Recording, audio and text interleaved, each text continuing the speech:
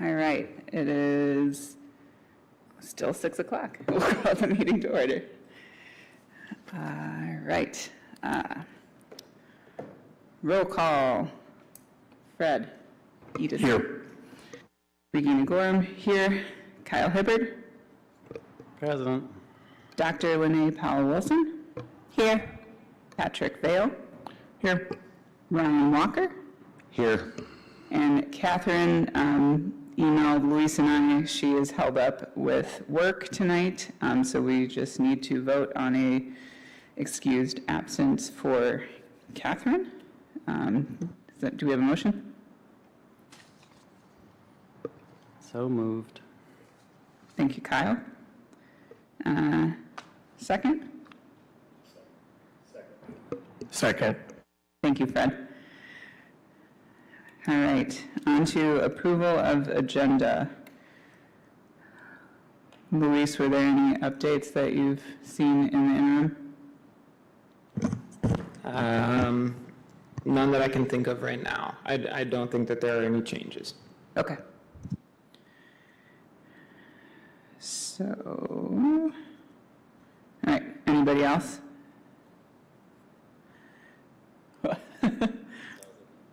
Oh, yeah. All right.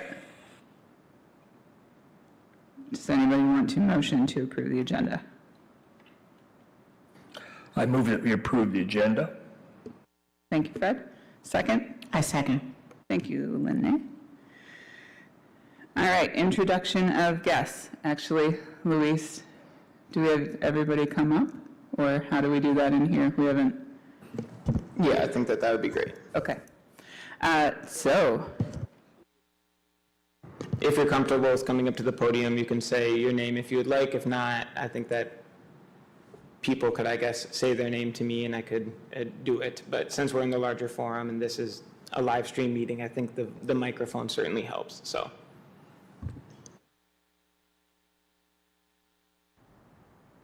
My name is Kelly Babb. Do you need anything else? Okay.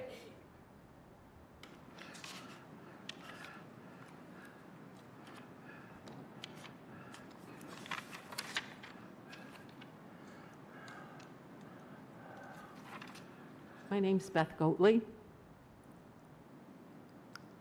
And I'm Lori Babb.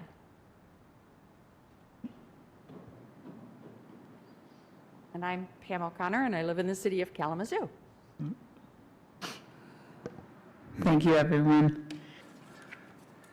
All right, do we have any citizen comments on non-agenda items and correspondence? Pam, yeah, come up to the microphone. I would like to ask for an update on the local historic district study report for Kalamazoo City Hall, if that's possible to get tonight. Thank you. Yes, I will make the report on that. I did not put that one on there, but I can put that into the coordinator's monthly report. Yes. Thank you, Pam. And Luis? Luis, do we have any other ones? Okay, no. All right, on to the reports. Financial report, item A in the packet.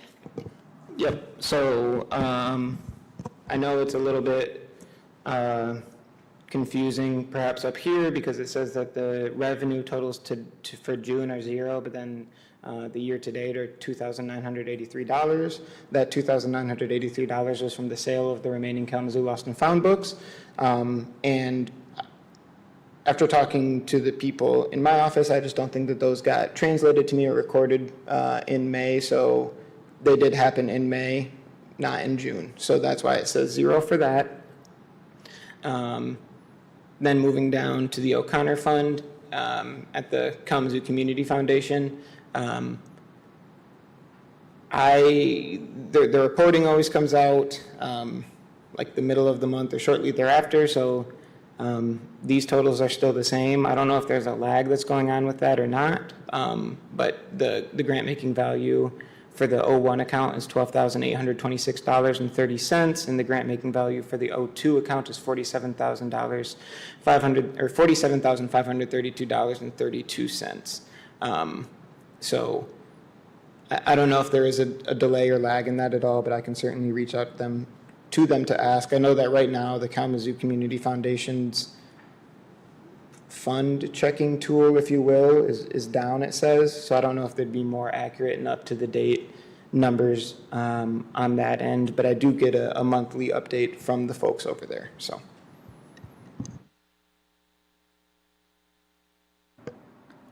Thank you, Luis. Did anybody have any questions on the financial report? No? Everything makes sense? All the ones and zeros? All right.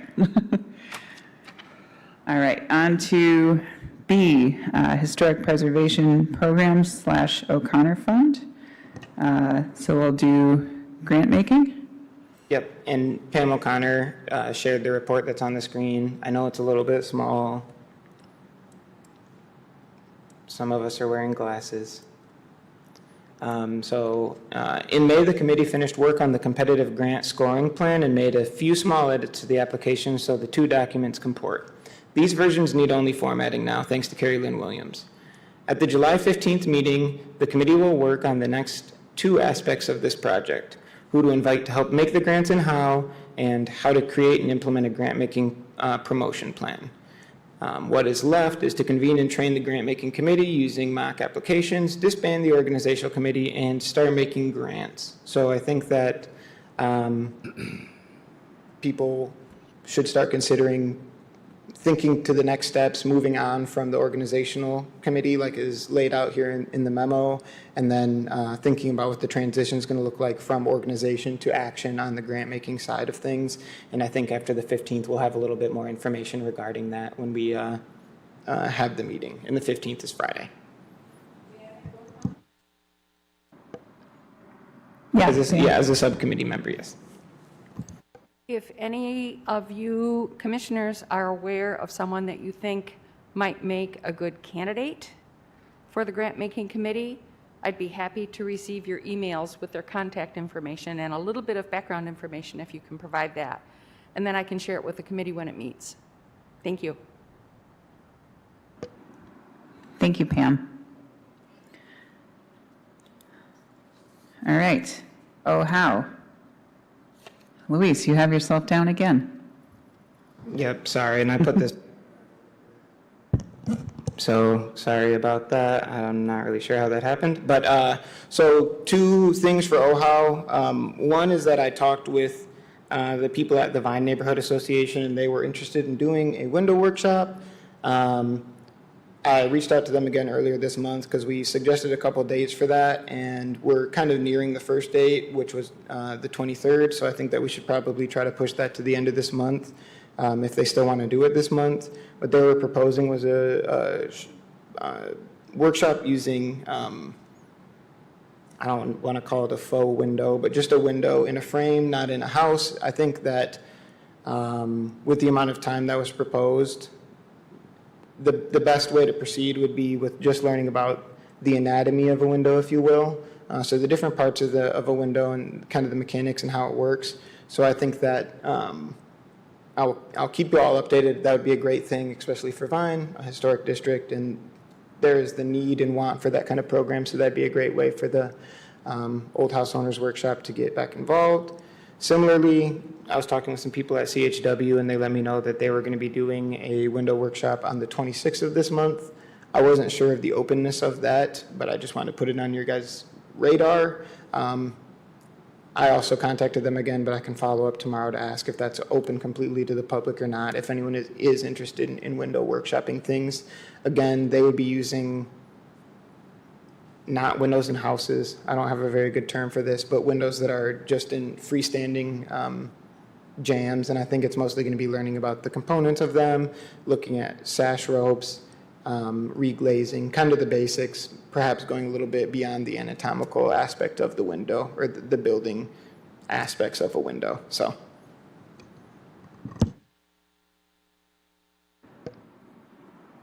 Luis, for that and for OHOW in general, is there coordinating support that is needed for figuring things out with Vine? I guess once I get the date set up more, I think there could be, certainly. And I know that Sharon was interested in coming back to help do some of the teaching. She was more than interested in doing that. At the same time, I think that interested OHOW members would be more than welcome to come, because I'm sure that there'll be set up things. There's great learning opportunities that could happen at that as well. And once I hear back from CHW too, I think that if people want to come and just learn about Windows as well in that capacity, if it's open to the public, then that would be a great opportunity to learn about them there. Thank you, Luis. Does anybody have any questions about OHOW or any other OHOW-related updates? Any other talk about the Stewart event? Window workshop in Stewart. Sorry, I just turned off my mic. No, but I think that I could talk with Sarah, or I don't know if the name is formally changed, of the Stewart Area Restoration Association, to see if there would be support for that. My preference is always, I think, to get into a house, but I think that that can be a little bit more challenging to find a house that people are willing to let effectively strangers come into and then also kind of rip up. So if there are people that are willing to do that, there will be certainly experts that can guide the lessons. And I think that these are all, simplicity is certainly relative, but I think that they're not the most challenging things, especially if we pick projects that we know aren't going to have a high potential for disaster to happen, and if we're working on windows that are pretty uncomplicated. It's now the Stewart Neighborhood Association. It's been changed. It's not much of it. It's the same function.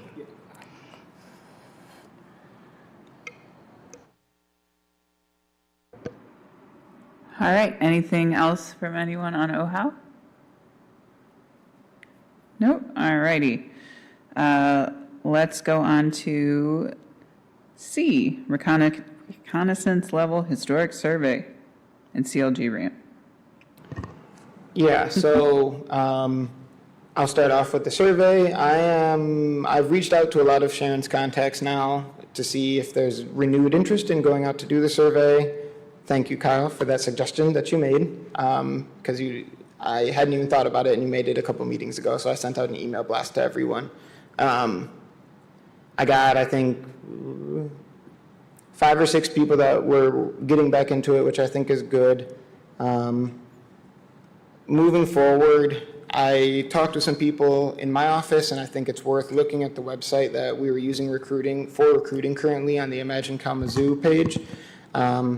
I am in the process of doing some tweaking, so there's going to be less places where people need to come to me as a middleman, I guess, to get assignments. I think it would be much nicer if we used a Google form or a SurveyMonkey or something like that, so people could just pick what neighborhood they want to be in, go down the list after that to pick out street assignments that they're interested in, have the letters that explain the process downloadable to them, and then they would just need to come to me to get the backpacks, or I could always go out and drop them off or meet them somewhere to make it fit with their schedule. So I think that that'll hopefully streamline things and make it a lot easier to get involvement.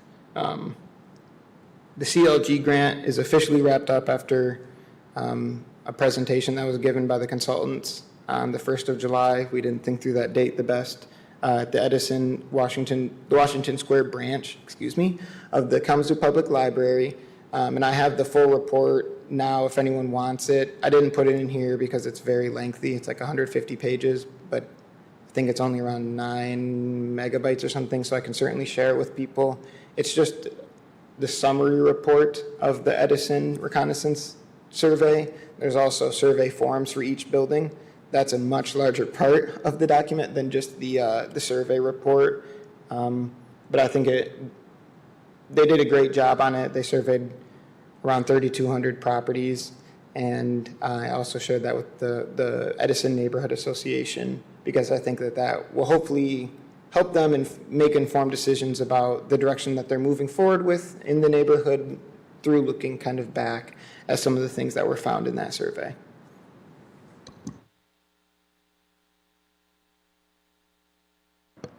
All right, any questions for Luis? I know, I think going forward, one of the big things that could be a lift help for Luis might be if any of us were able, I know, Lene, you did some training on survey work, but as Luis starts going through things, there's still kind of intermittent responses from folks who have done the survey before and wanting to do it again. You know, circumstances change for people. So if anybody's able to spend a little time doing some of the survey work, I think that would be a lot of help. I know I'm speaking for myself too as being, should I have time? Because I have not done it yet. So I am also on that list. But I think that moving the project forward, we're definitely going to need more of as many hands as possible on deck to keep moving towards that end goal. I just have to say, I have been doing it, and I don't have a whole lot of time either. But one of the things is that I thought, oh, great, right before 4th of July, I got all day. Problem with that scenario, that app draws so much of your battery till you can only do maybe 40 houses or 40 pictures and then you're done. So I don't know if that's a consideration. It's not something you can do for like 8 hours. You can only do maybe 3 or at max 3 or 4 because it just draws. I was on E, I had to go back. Yeah, and that's something that I hadn't even fully considered. You can only do so much even if your phone is all the way charged then, which would probably be what most people say, charge your phone, but I'm sure that you had a charged phone, and I'm sure that it does drag because it's always using location services on the phone. So it's always trying to find out where you are, and you're taking pictures, running the app, moving all the time. So I do appreciate, that's great feedback for it and something to address.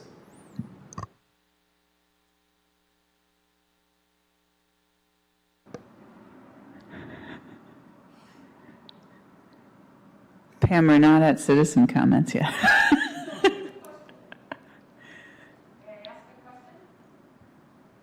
When we do citizen comments on agenda items.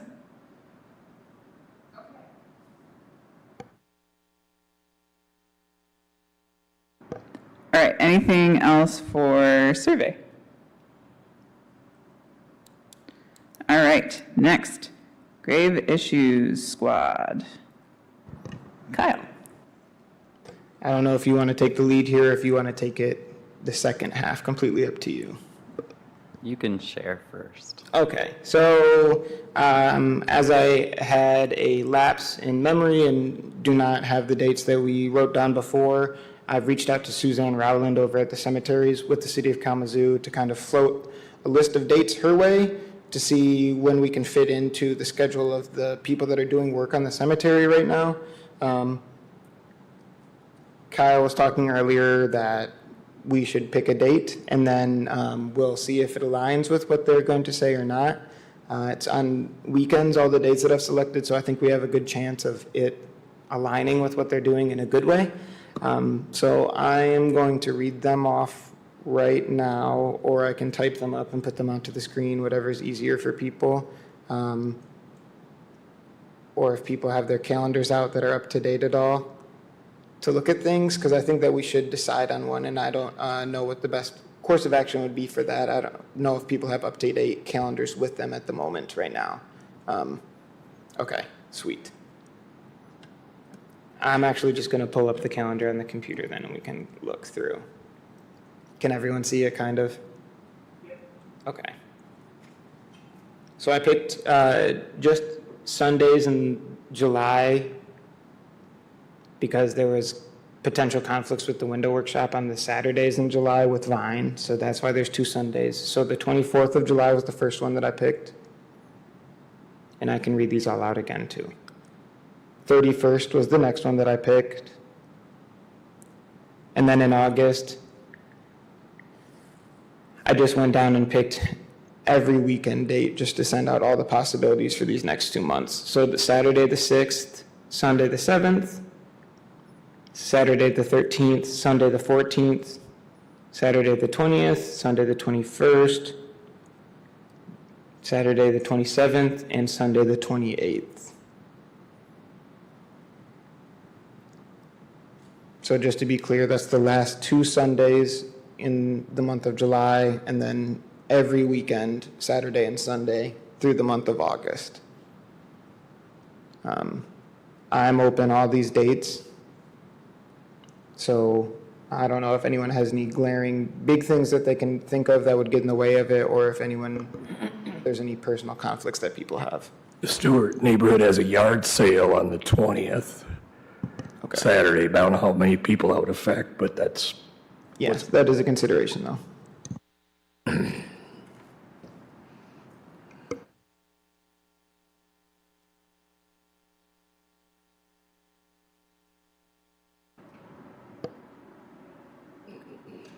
Luis, was that the bulk of the first half? Those are all the ones that I sent to Suzanne. Okay. For the immediate, just to get one rolling in the next month. And the next steps is Suzanne checking with construction. She's checking right now, but I Yeah. think that if we could decide on one, then when she comes back to me, at least we'll have one. I think to me, it's the weekends, and I'm not sure if they're working on the weekends. So I would hope that would kind of increase our chances. So do you want us tonight to pick some options? Do you think that would be advisable, Kyle? I mean, it might be. I think if we're going to get rolling, then we should pick something. But if it still has to get approved, I mean, Could we pick like a first, second, third, fourth, rank them, and then if the first one is no, then we can go to the next one? Yep. And then we're just locked in? Yeah.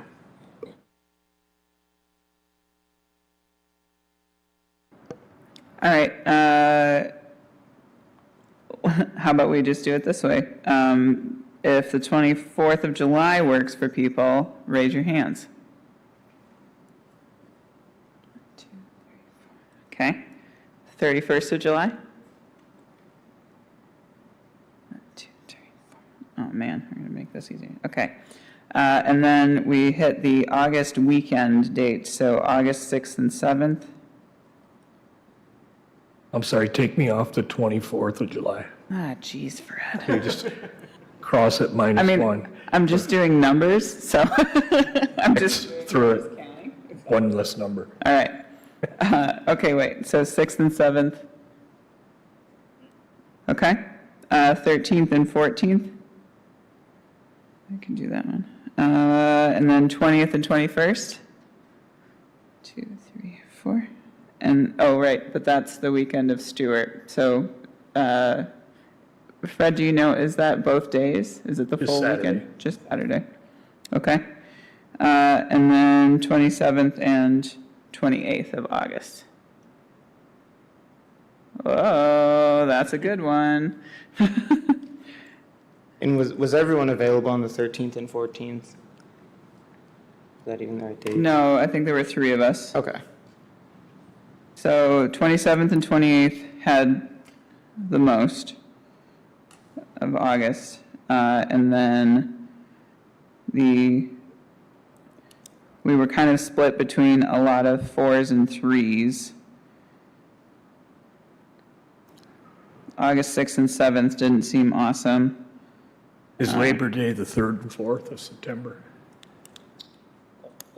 The 5th. 5th? Okay. The The 24th and 31st of July both had 4. And 13th and 14th of August had 3. 20th and 21st of August had 4. So the one sure thing is 27th, 28th. As of right now. What's the next 4 one that you had? Well, so the next in August would be the 20th and 21st, or the 24th of July, or there were also 4 on the 31st of July.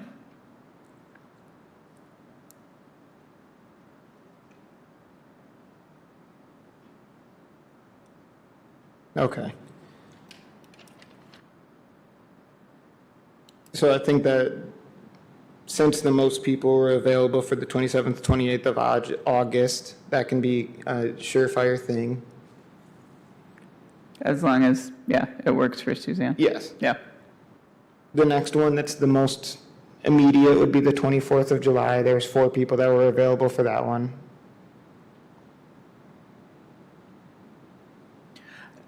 After that, go ahead. Oh, I was just going to say, I think depending on when Suzanne gets back to you, we'll see whether or not the 24th And I'll send another is email. lead time. Yeah. Yeah. Then the 31st of July. Then the 20th, not the 20th, the 21st of August would probably work better to not conflict with the Stewart yard sale. Does that sound good to everyone? That was July. The 21st of July? 20th of July is the, Oh, no, I'm not sorry. August? No, it's August. Oh, it is August. Okay. Sorry. That's fine.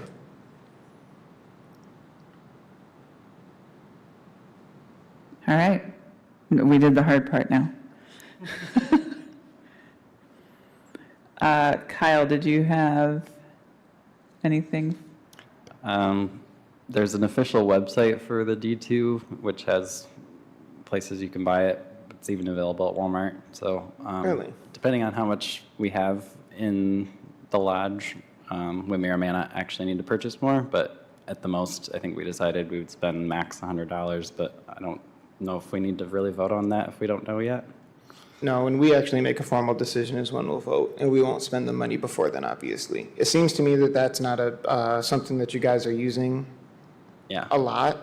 And I saw, it looks like it comes everything from spray bottle to a drum. Right. And I'm not sure that we need, the drum, but I think that the spray bottle is pretty reasonably priced to look like too. Easier to use that way too. 100% easier to We can use. mix it ourselves, but Yeah. yeah. And then I just sort of compiled some contacts I found searching online for various scout organizations, but if there's anyone else that wants to add some info after the meeting for the email blast, I'd be happy to include them once we actually have a date set. And then you'll contact City Hall for marketing purposes. Yeah, and we can do a press release for it then. Or social medias, whichever they opt to do and whichever seems more appropriate. I think that social media might be the more appropriate route for this. I don't know if a press release is all the way, but whatever you guys think is the best route. Cool, that sounds good to me. Do you have anything to add, Ryan? I do not.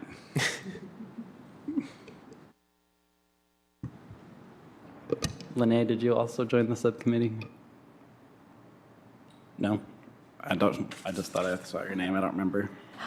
I didn't think I did, but I am going to volunteer and do it, but I don't think I did.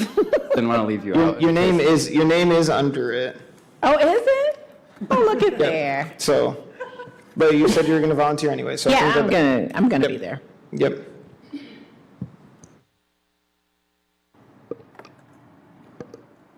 All right. Anything else? We're good on Grave Squad? Hopefully. Awesome. All right. Operations. That's me. I realized once I started looking again at the agenda that the DEI committee work isn't on there, but we don't have a lot of updates. We're just trying to get meetings in place. So separate of that, for operations, met with Christina and Luis in June, and just kind of talked a little bit about the work that the city is doing on switching to one-ways on Kalamazoo Ave, Michical, all of that work. And I found at work a 1965 pamphlet where they were talking about the streets going to a one-way, because it has not been that long ago that they were turned into a one-way. So we talked about that because Christina was excited about it. And that's in the collection at the Kalamazoo Valley Museum, if you're curious. Christina apologized for not having an official note taker for us quite yet. It looks like they kind of got behind on the training that they needed from what Christina was saying. So she is still hoping to have one for us. It does help being in here that things are recorded, but Luis is still compiling the notes post our meeting. So still hoping that we are going to have somebody who's coming in to do the admin end of things and get notes compiled.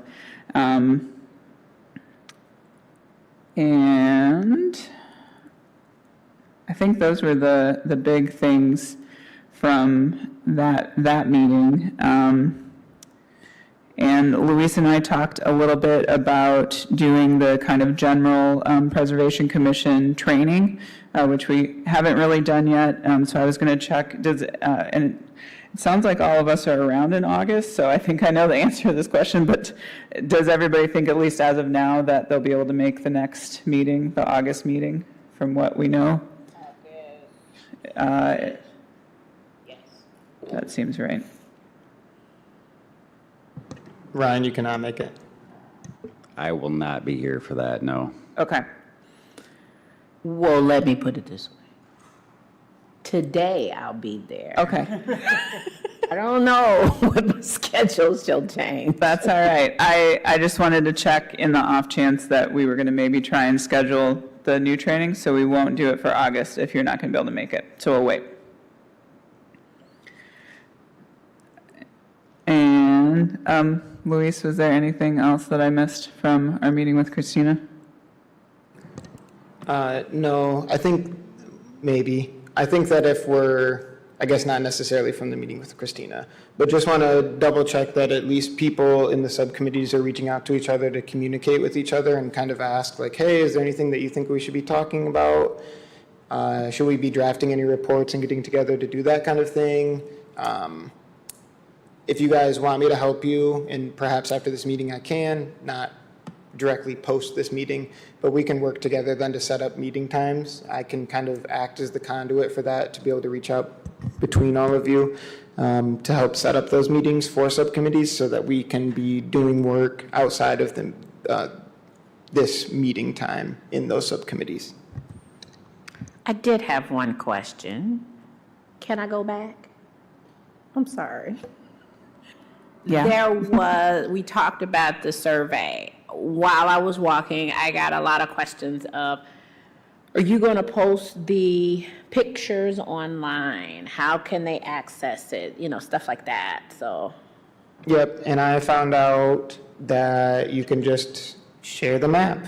I didn't know that I could do that all the way. I thought I was going to have to make a new one. So I shared it with Regina last time, and I can get that onto when I get the reboot done of the Imagine Kalamazoo page, I'll put it up there so it has all of the points on the map, and then when you click on the points, it has all the photos that were taken, so people could access them, yes. That would be awesome, because that was the main thing they were asking. I didn't get a whole lot of pushback. Had one lady take a picture of me, so I don't know. But yeah, they really wanted to know about, you know, can they access the pictures and the neighborhood and things like that. And so the areas that are not, there's no pictures for, it'll be blank, is that? The ones that are pictures will have a dot, but Yep. the ones not will be blank? It just won't be a dot. It'll just show up as just a map of Kalamazoo, and each point of data collected shows up as, right now, they're orange dots. But then when you click on them, it won't be blank, I guess, but they'll just, depending on how you count blank, it'll just be a map of the streets without it, so.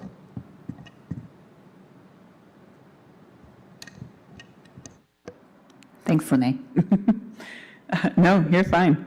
Yeah, and I'll echo Luis too. If anybody needs help coordinating meetings or anything, I know it's tricky getting schedules together, but let me know. I'm happy to help.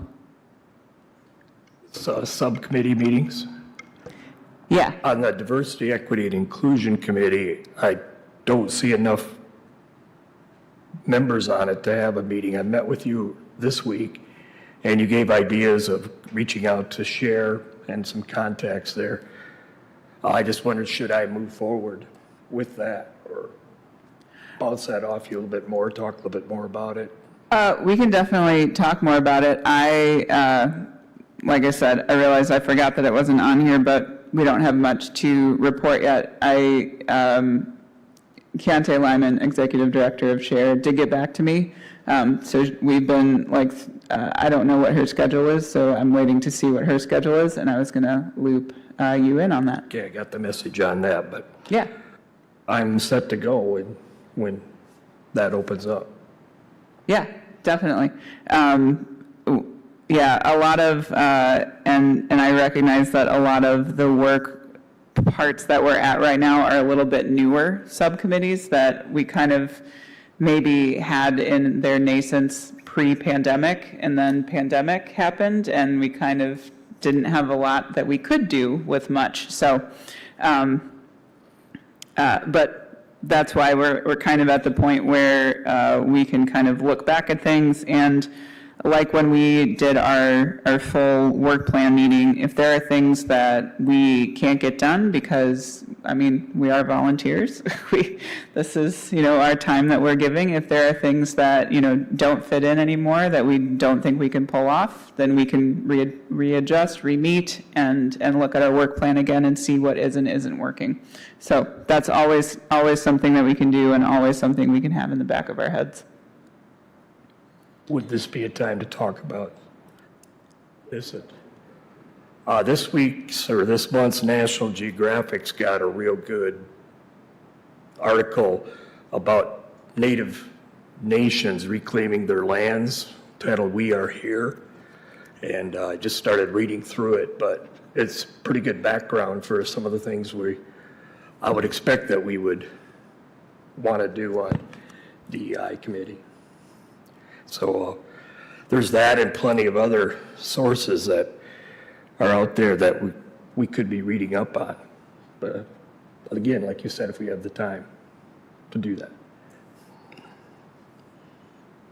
Yeah, thank you for sharing that, Fred. And if there are more things like that, there's nothing stopping us from, emailing each other between and saying, hey, I found this, or hey, I found that.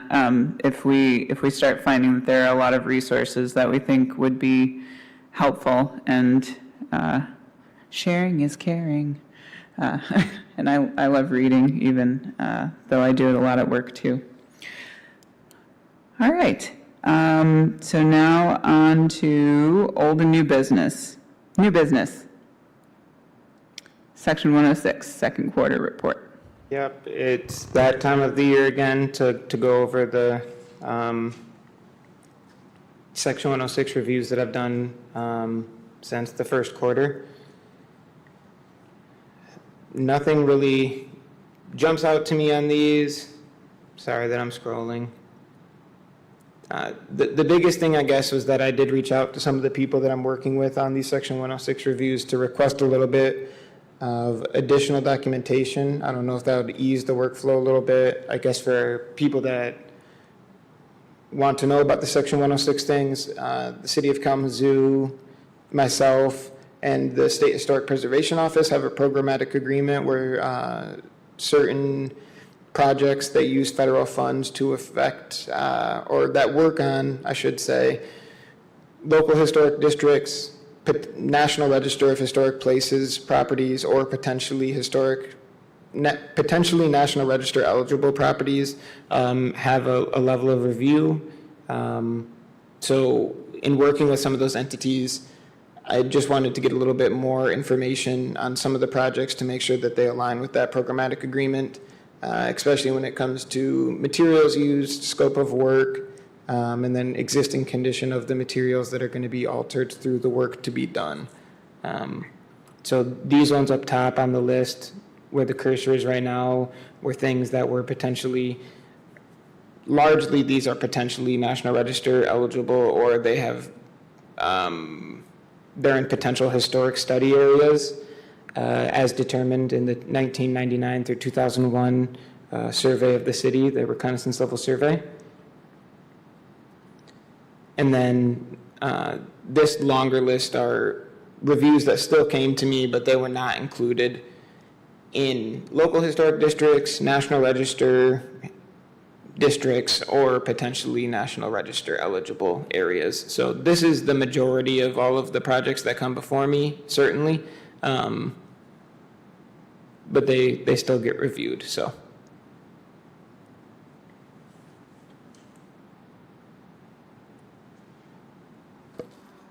Thank you, Luis. Any questions for Luis on section 106?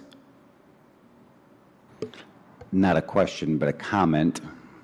I see item 4 on there doesn't include an address, just an observation, I suppose. You are correct. I apologize for that. Number 4 was on Terrace Court and Stewart in the 500 block, and I can't think of the exact address off the top of my head, but thank you for catching that, and I apologize for the omission. This was another example of where, well, first of all, it's an example of where I did not do my due diligence and copy editing, but another one where there was a request for a roof replacement, and there wasn't quite enough information for me to make the call. Just saying a roof replacement, I needed a little bit more information regarding the materials to be used, and again, the scope of the roof replacement. Is it just going to be a reshingle? Will it be a redecking of the roof? Or will people be altering the shape or pitch of the roof at all? So thank you for bringing that to my attention. And on number 2, there's nothing listed under proposed work. Thank you. Thank you.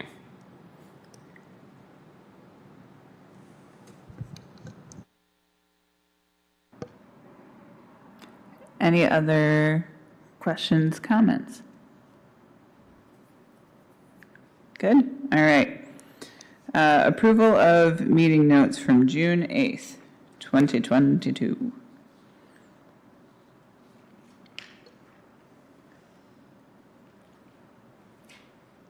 Did anyone see anything?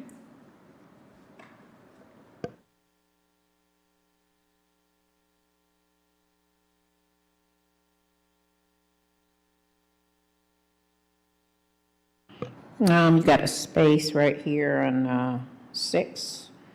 Penny explained that only the expense incurred since the last meeting was due to, I don't know, some sale. It's just blank. Yeah, just a extra space on A4B underneath that. I think that was when it converted from Microsoft Word to PDF, but I will edit that. Thank you.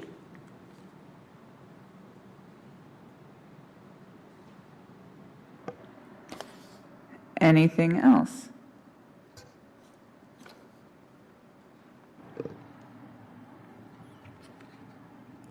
Um, 11, commissioner comments. Hibbard pointed out that an HPC should be award recipient, not just HPC recipient. Okay. Thank you.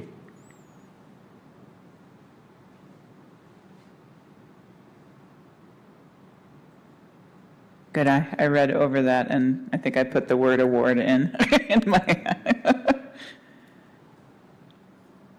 All right, if that is everything, motion to approve the June 8th, 2022 minutes as amended. Motion to approve. And a second?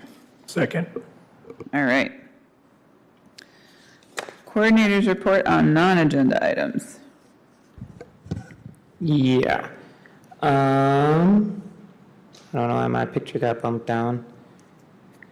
Historic District Commission hearings are, I don't know if there's anything that really jumps out to me. It seems that we're lining up. I didn't do this math right at all, so please ignore it. And I spent a lot of time today going through and through the BSNA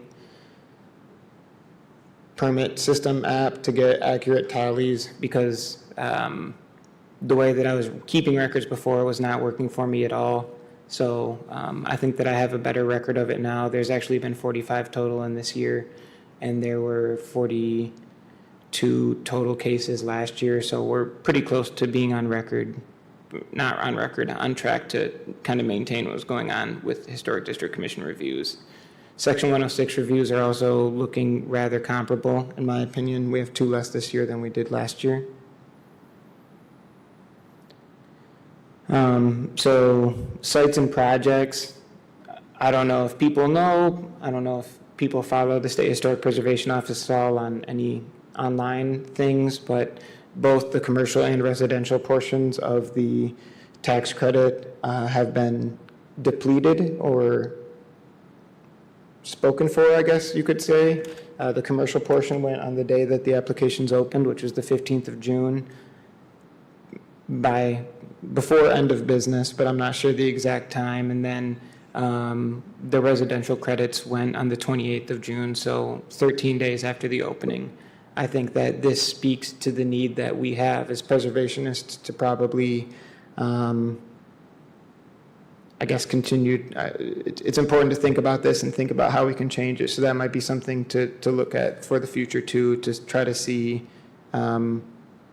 comparing the numbers from last year to this year and see what the difference was and how much we got done with it this year.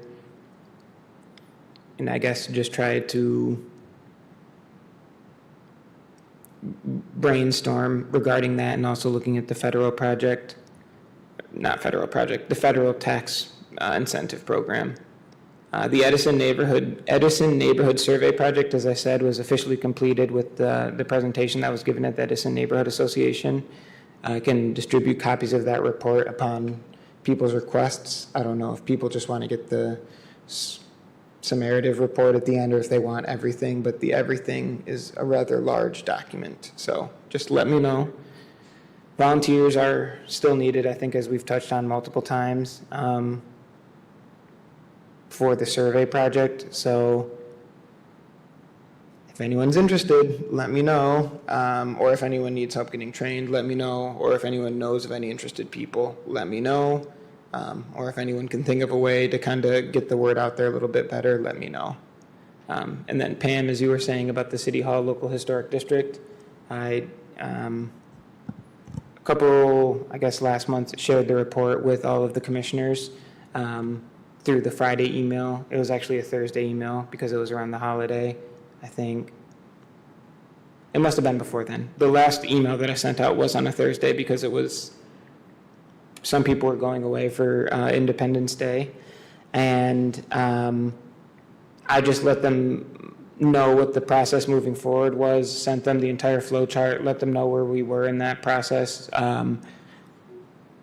Historically, the Historic Preservation Commission has taken an extra step in local historic districts of giving a public meeting to owning parties that are related to the properties that will be considered for a local historic district. I think this is a unique situation because the city is the only party that owns property in the district because it is just for City Hall. So the next step then I think would be to hold that meeting. It would be a good opportunity for the public to come. I will coordinate with the Van Dusen Room, which is where I think these were usually held, to get that meeting going. And then after that, the transmission of the report to the Planning Commission and SHPO and the review board, and all of those things will be the next step. And historically, again, I think that the Historic Preservation Commission has held the public meeting to maintain a level of transparency with the public and let them know what's going on.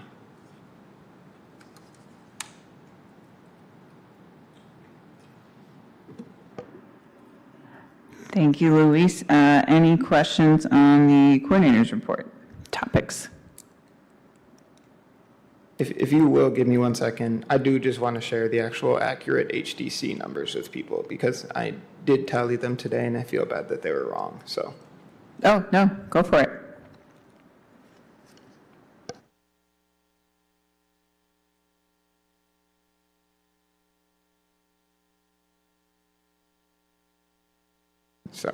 Okay, so I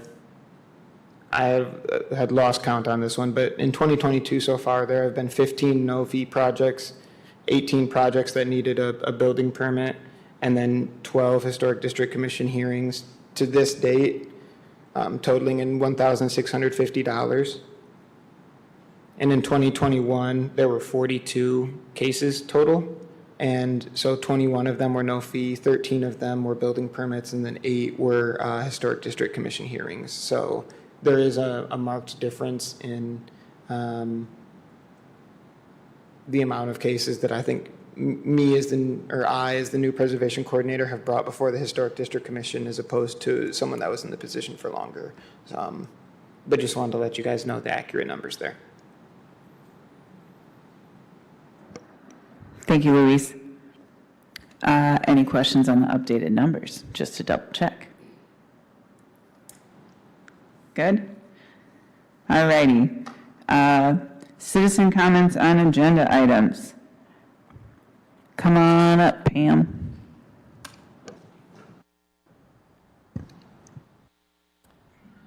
Thank you, Regina. And Pam, you might want to bring the microphone down just a little bit more to your mouth. Sorry to interrupt you. No, that's okay. Luis, can you tell me what your thoughts are about holding this public meeting for the local historic district study on City Hall? Yes, I will. And then do you have any other comments too, or is this your only one? I'm sorry?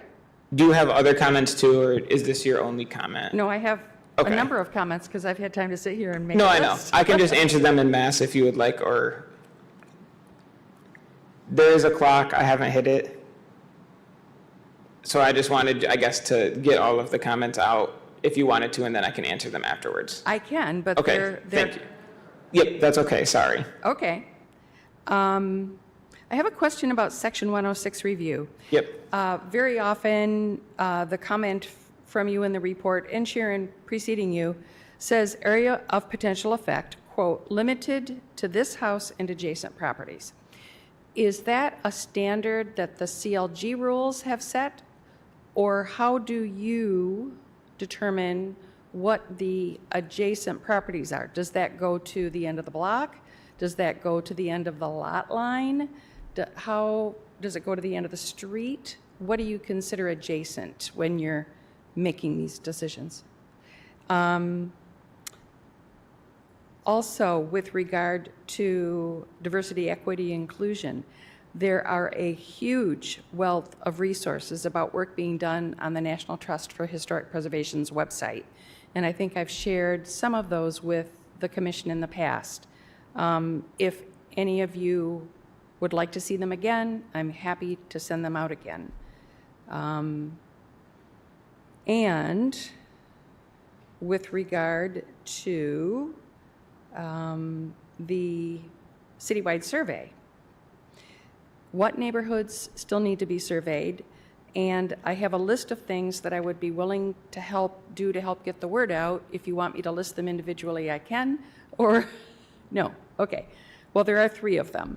One of them is posting a Facebook notice.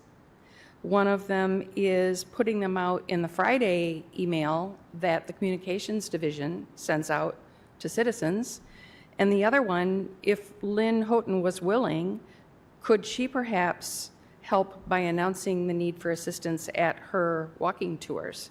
She has a whole bunch of people that are interested in Kalamazoo architecture, and she might be very willing to help that way. How do you want to address them? I will address them in the order that you asked them. Thank you. I know that we're in a new avenue now. I'm just going to ask for the other citizens' comments, and then I will address yours. Does anyone else, do you have anything that you would like to say? Okay. Commissioner, comments about anything? Pam, I would like you to send out the DEI information from the National Historic Trust again.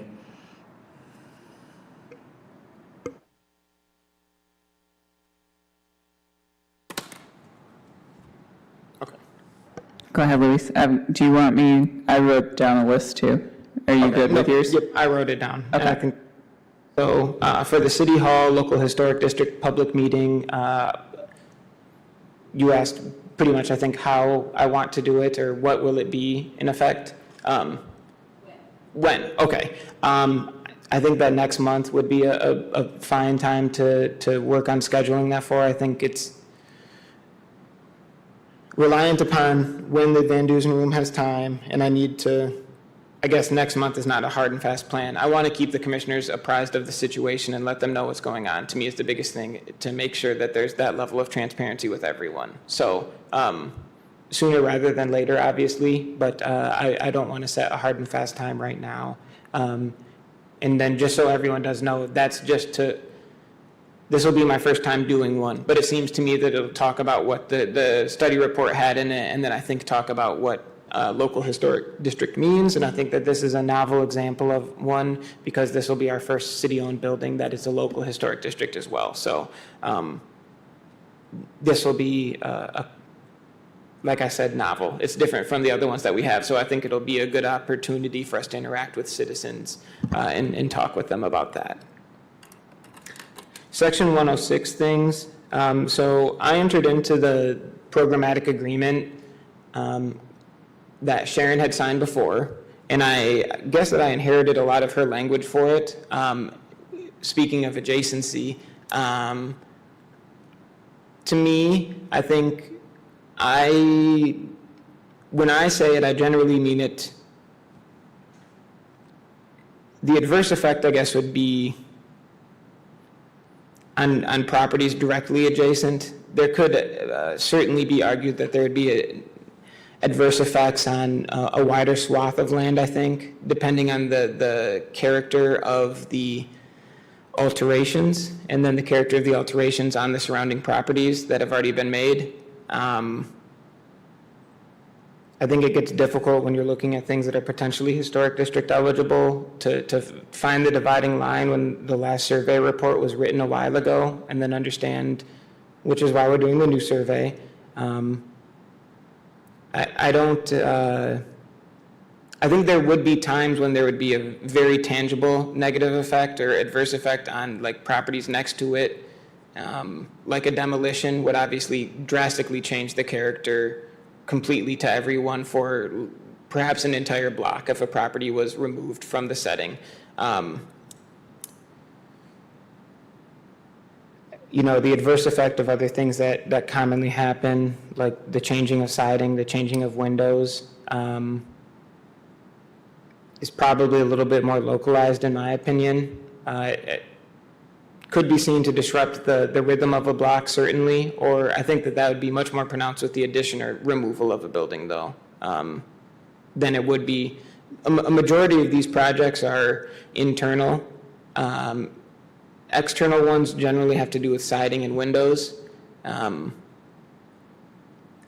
Roofs, I say that there's going to be the pending effect if I don't have the information, or for any of the projects that I don't have the information for. I guess it's a case-by-case kind of thing, and I apologize that that's not the most direct answer, but yes.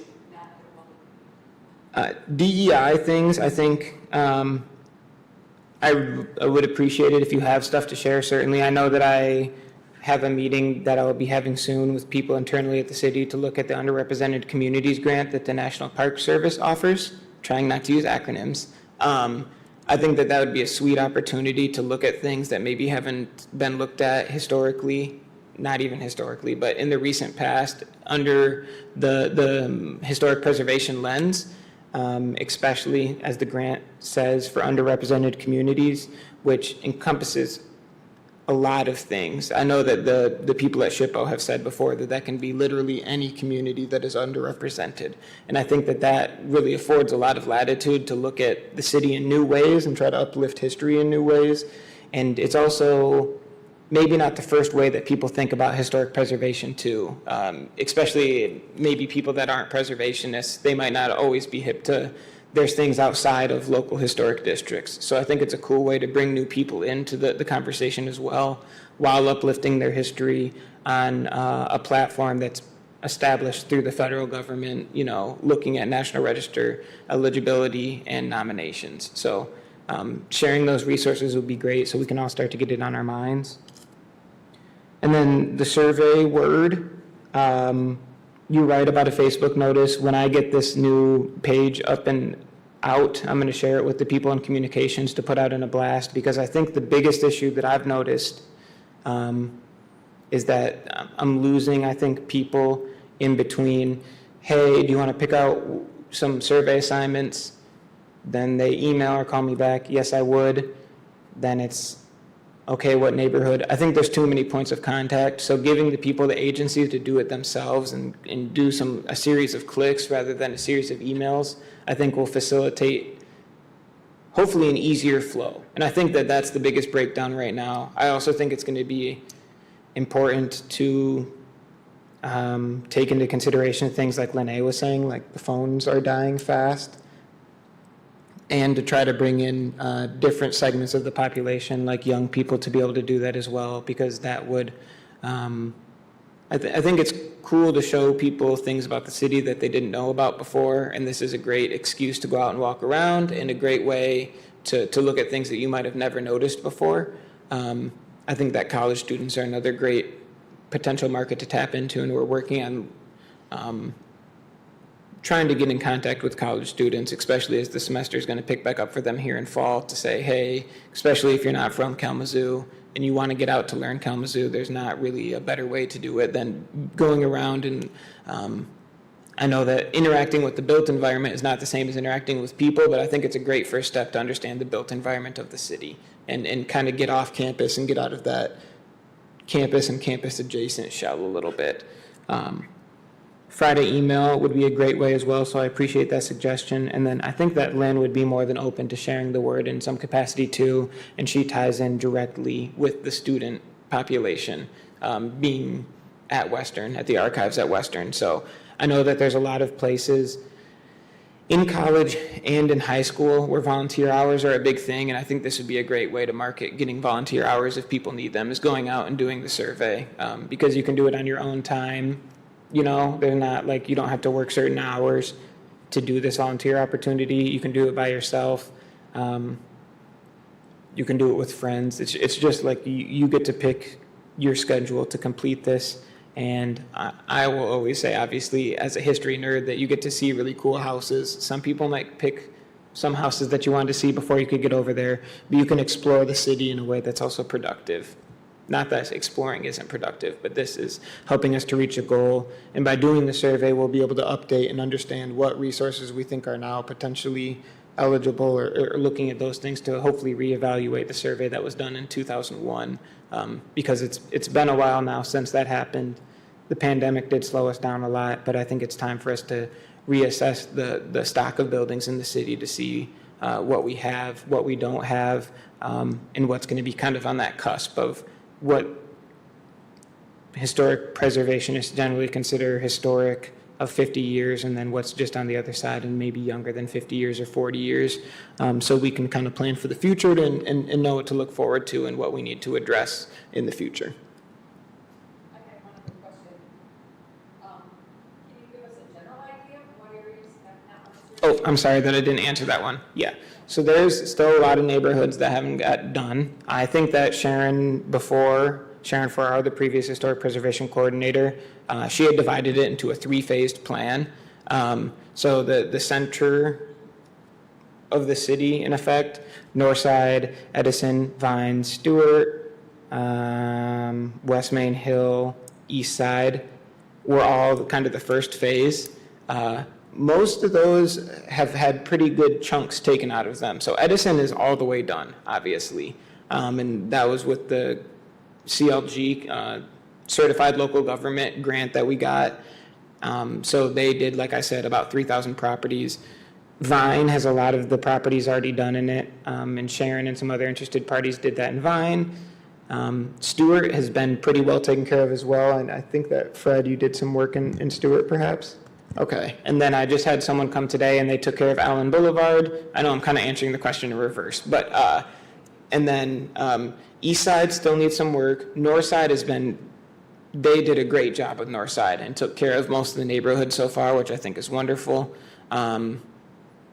And West Main Hill, we are working with the neighborhood association to try to get that back up and running again. I think that there was a gap in the awareness about the program, so I'm trying to get that back up and going. And then when you get farther out from that center of the city, there's a lot of blocks. So Westwood has said some stuff done, but not a lot, and that's a small neighborhood. I think it would be important for us too to think about immediate quick wins. I think are important for morale. So if we can find spots that have already been kind of taken care of, getting those done would be great to move forward, because we can, celebration I think is a big part when you're undertaking a project of this size. You can turn around and celebrate, hey, we got this part done. Let's keep looking forward to the future. Not that our work is completely done, but we can take pause and say, okay, let's kind of plan on how to do the next steps. There are 22 neighborhoods in the city of Kalamazoo. Western Michigan University is its whole own neighborhood. So we, I think, should work with Western and give them the choice if they want to work with students exclusively to do that neighborhood, if you will. I don't think it's one that people necessarily always consider a neighborhood in the way that we think about them, but it is designated as a neighborhood. There's also Colony Farms that's on the southwest side of the town. That is largely the business park for Western again. And then there are a couple of properties that are on the west side of 12th Street. So Moonlight might be one of the names of the streets. There's only a handful of streets down there. So I think that those two are ones that we should talk with Western about. And then there are the neighborhoods that are really on the outsides of the city, like Burke Acres, which is on the far northeast side, Hillenbrook, which is on the south side of the city, nestled in between like Parkview, Hills, Oakwood. It's the southern border of the city there. Millwood, Winchell, I've contacted the neighborhood association for them to do some efforts, and they distributed it in their newsletter to the people that are on the newsletter list. Millwood is, you just have also massive neighborhoods. Like Millwood is a very large neighborhood that encompasses a lot of land. Westnedge Hill is another really big neighborhood. Then there are some really small neighborhoods, like Southside is really small. Oakwood is also relatively small in the big picture of things. The Central Business District is one of our neighborhoods that's not the largest.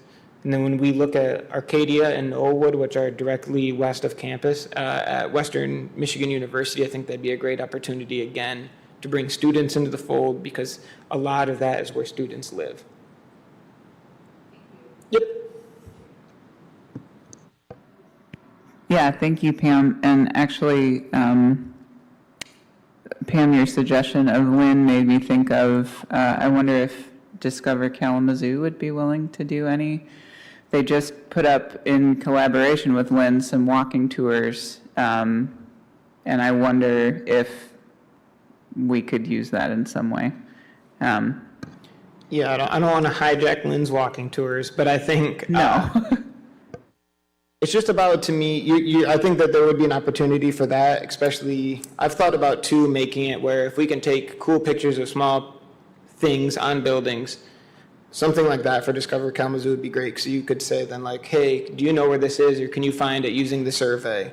There's 3 octagon houses that I can think of the top of my head in the city of Kalamazoo. 3, I think. So we could also say like, can you find all of those? Maybe there's only 2, but you know, those are both in one neighborhood. I'm not going to give anything away, but so cool things like that might be fun ways to also bring people in. I think that that's really appealing to very small interest group of maybe people that are interested in history, but then trying to find out cool things to do like that with other groups of people to broaden the interested parties that we have in this. Just changing the messaging a little bit. I know that my usual spiel is rather dry, and I think that we were trying to appeal to certain people, but if we can make a lot of people interested, I think that'd be a great way to move this forward.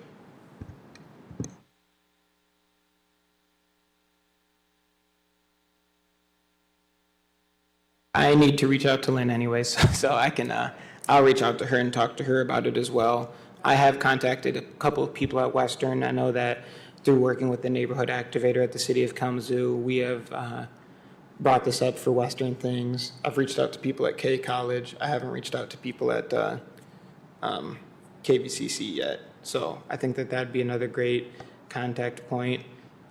Luis, do you want me to do that? Yeah, I think that'd be great. Okay.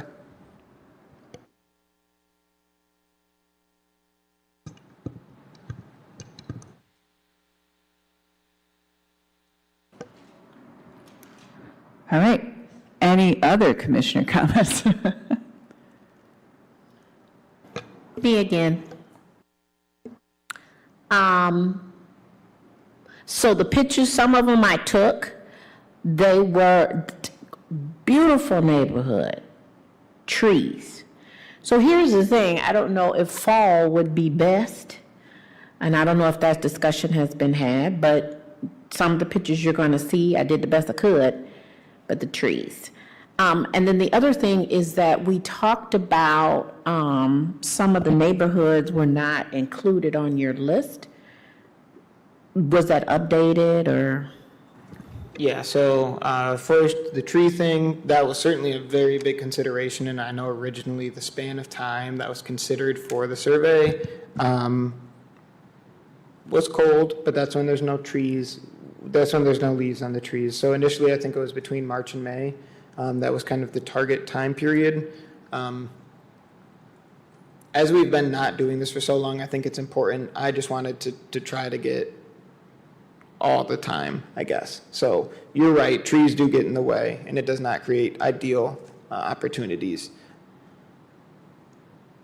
That being said, I think that I just wanted to try to capture as much time, but that will be something that we're going to have to expect is leaves in front of houses.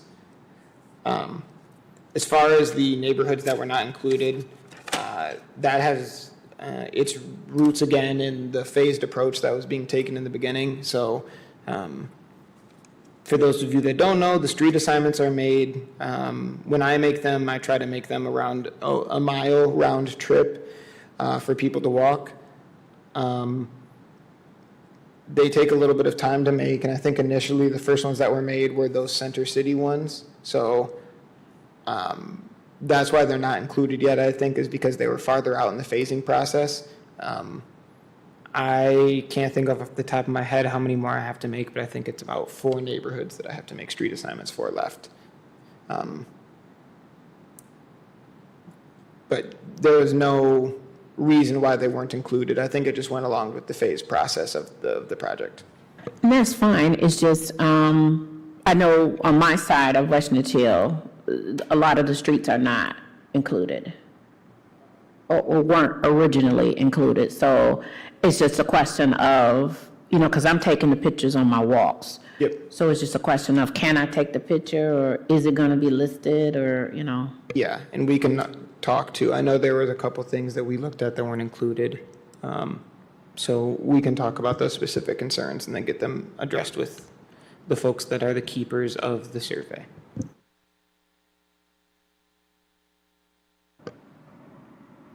Thank you, Lene. Any other commissioner comments? I would like to add, because it came up several times in conversation, that Lynn is having a walking tour in Parkland Village tomorrow. So I just wanted to add that in. We'll just go all in for Lynn. If you're looking for the full list of her tours, you can find it on Gazelle Sports. I can't remember the weeks, but it's Thursday evenings and Friday mornings. All right. Any other commissioner comments? As far as what happens with the data, I'm ready whenever you are, Luis, to get working with IT on that.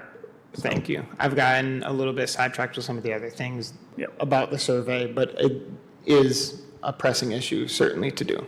So thank you for the reminder. All right. Thank you, everyone, unless there's any last ones. All right. We will call the meeting done. If anybody would like to move to end the meeting. So moved. All right, 7:15. Thank you, everyone.